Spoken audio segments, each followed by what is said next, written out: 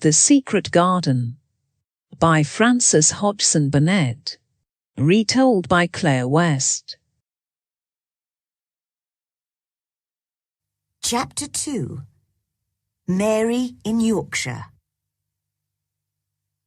They arrived at a very large old house. It looked dark and unfriendly from the outside. Inside, Mary looked around the big shadowy hall and felt very small and lost. They went straight upstairs. Mary was shown to a room where there was a warm fire and food on the table. "This is your room," said Mrs. Medlock. "Go to bed when you've had some supper. And remember, you must stay in your room. Mr. Craven doesn't want you to wander all over the house." When Mary woke up the next morning, she saw a young servant girl cleaning the fireplace. The room seemed dark and rather strange, with pictures of dogs and horses and ladies on the walls. It was not a child's room at all. From the window, she could not see any trees or houses, only wild land, which looked like a kind of purple sea. "Who are you?" she asked the servant coldly. "Martha, miss," answered the girl with a smile. "And what's that outside?" Mary continued. "That's the moor," smiled Martha. "Do you like it?" "No," replied Mary immediately. "I hate it." "That's because you don't know it. You will like it. I love it. It's lovely in spring and summer when there are flowers. It always smells so sweet. The air's so fresh and the birds sing so beautifully. I never want to leave the moor." Mary was feeling very bad-tempered. "You're a strange servant," she said. "In India, we don't have conversations with servants. We give orders, and they obey, and that's that." Martha did not seem to mind Mary's crossness. "I know, I talk too much," she laughed. "Are you going to be my servant?" asked Mary. "Well, not really. I work for Mrs. Medlock. I'm going to clean your room and bring you your food. But you won't need a servant except for those things." "But who's going to dress me?" Martha stopped cleaning and stared at Mary. "The canna dress this son?" she asked, shocked. "What do you mean? I don't understand your language." "Oh, I forgot. We all speak the Yorkshire dialect here, but of course you don't understand that. I meant to say, can't you put on your own clothes?" "Of course not. My servant always used to dress me." "Well, I think you should learn to dress yourself. My mother always says people should be able to take care of themselves, even if they're rich and important. Little Miss Mary was furious with Martha. It's different in India, where I come from. You don't know anything about India, or about servants, or about anything. You... She could not explain what she meant. Suddenly, she felt very confused and lonely. She threw herself down on the bed and started crying wildly. Now, don't cry like that, Martha said gently. I'm very sorry. You're right. I don't know anything about anything.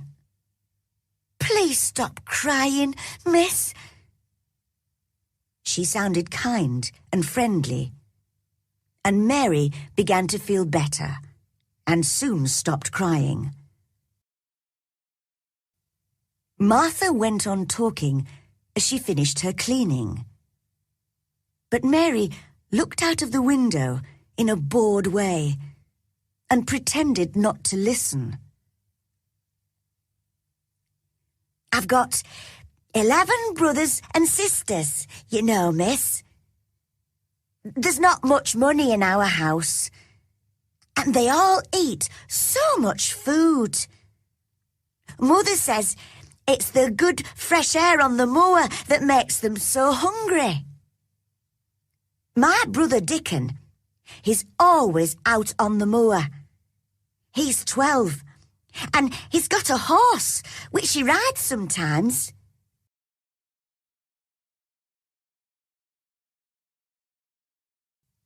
Where did he get it? Asked Mary.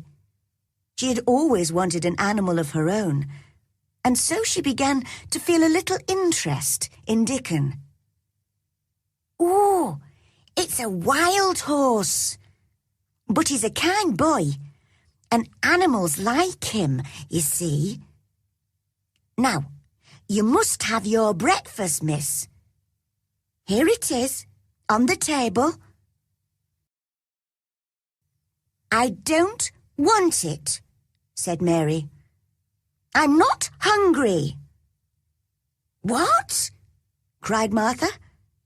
My little brothers and sisters would eat all this in 5 minutes.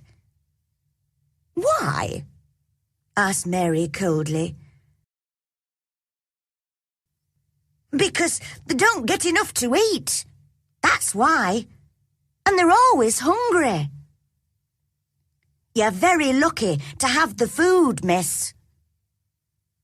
Mary said nothing, but she drank some tea and ate a little bread.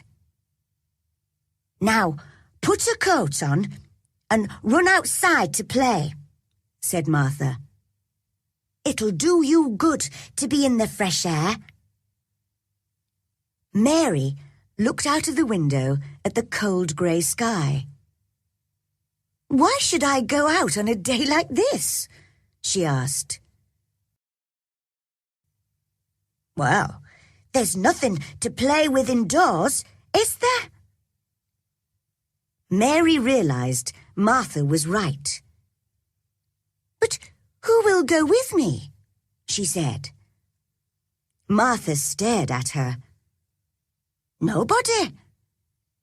You'll have to learn to play by yourself. Dickon plays by himself on the moors for hours, with the wild birds and the sheep and the other animals. She looked away for a moment. Perhaps I shouldn't tell you this, but one of the walled gardens is locked up. Nobody's been in it for 10 years. It was Mrs. Craven's garden, And when she died so suddenly, Mr. Craven locked it and buried the key. Oh, I must go. I can hear Mrs. Medlock's bell ringing for me. Mary went downstairs and wandered through the great empty gardens. Many of the fruit and vegetable gardens had walls round them, but there were no locked doors. She saw an old man digging in one of the vegetable gardens, but he looked cross and unfriendly, so she walked on. How ugly it all looks in winter, she thought. But what a mystery the locked garden is. Why did my uncle bury the key? If he loved his wife, why did he hate our garden? Perhaps I'll never know. I don't suppose I'll like him if I ever meet him, and he won't like me, so I won't be able to ask him. Just then, she noticed a robin singing to her from a tree on the other side of a wall. I think that tree's in the secret garden, she told herself. There's an extra wall here, and there's no way in. She went back to where the gardener was digging and spoke to him. At first, he answered in a very bad-tempered way. But suddenly, the robin flew down near them, and the old man began to smile. He looked a different person then, and Mary thought how much nicer people looked when they smiled. The gardener spoke gently to the robin, and the pretty little bird hopped on the ground near them. "He's my friend, he is," said the old man. "There aren't any other robins in the garden, so he's a bit lonely." He spoke in strong Yorkshire dialect, so Mary had to listen carefully to understand him. She looked very hard at the robin. "I'm lonely too," she said. She had not realized this before. "What's your name?" she asked the gardener. "Ben Weatherstaff. I'm lonely myself. The robin's my only friend, you see." "I haven't got any friends at all," said Mary.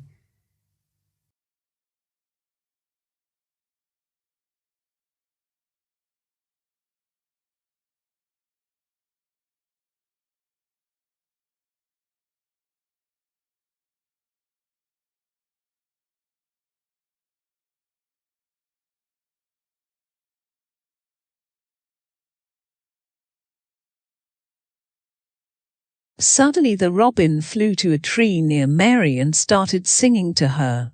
Ben laughed loudly. "Well," he said, "he wants to be your friend."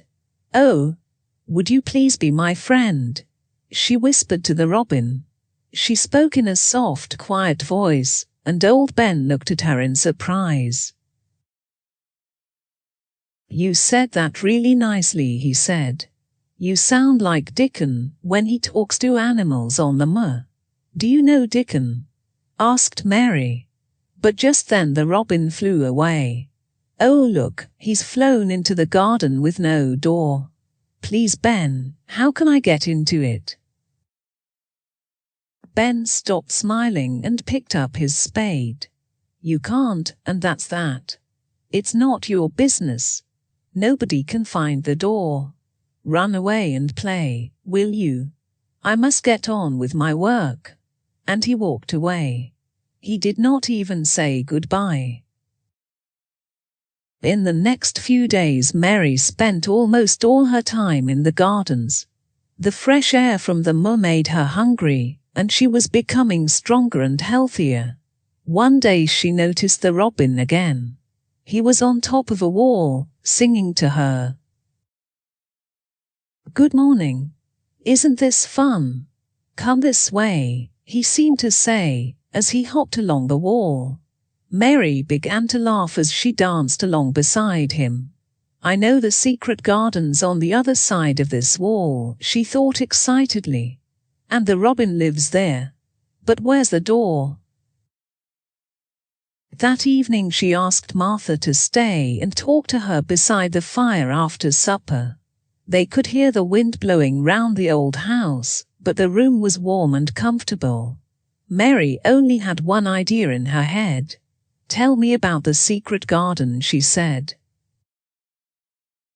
"Well, all right then, miss, but we aren't supposed to talk about it, you know. It was Mrs. Craven's favorite garden, and she and Mr. Craven used to take care of it themselves. They spent hours there, reading and talking. Very happy, they were. They used the branch of an old tree as a seat. But one day when she was sitting on the branch, it broke, and she fell. She was very badly hurt, and the next day she died. That's why he hated the garden so much, and won't let anyone go in there." "How sad," said Mary. "Poor Mr. Craven." It was the first time that she had ever felt sorry for anyone. Just then, as she was listening to the wind outside, she heard another noise in the house. "Can you hear a child crying?" she asked Martha. Martha looked confused. No," she replied. "No, I think it must be the wind." But at that moment the wind blew open their door and they heard the crying very clearly. "I told you," cried Mary. At once Martha shut the door. "It was the wind," she repeated. But she did not speak in her usual natural way, and Mary did not believe her. The next day it was very rainy, so Mary did not go out. Instead she decided to wander round the house, looking into some of the 100 rooms that Mrs. Medlock told her about.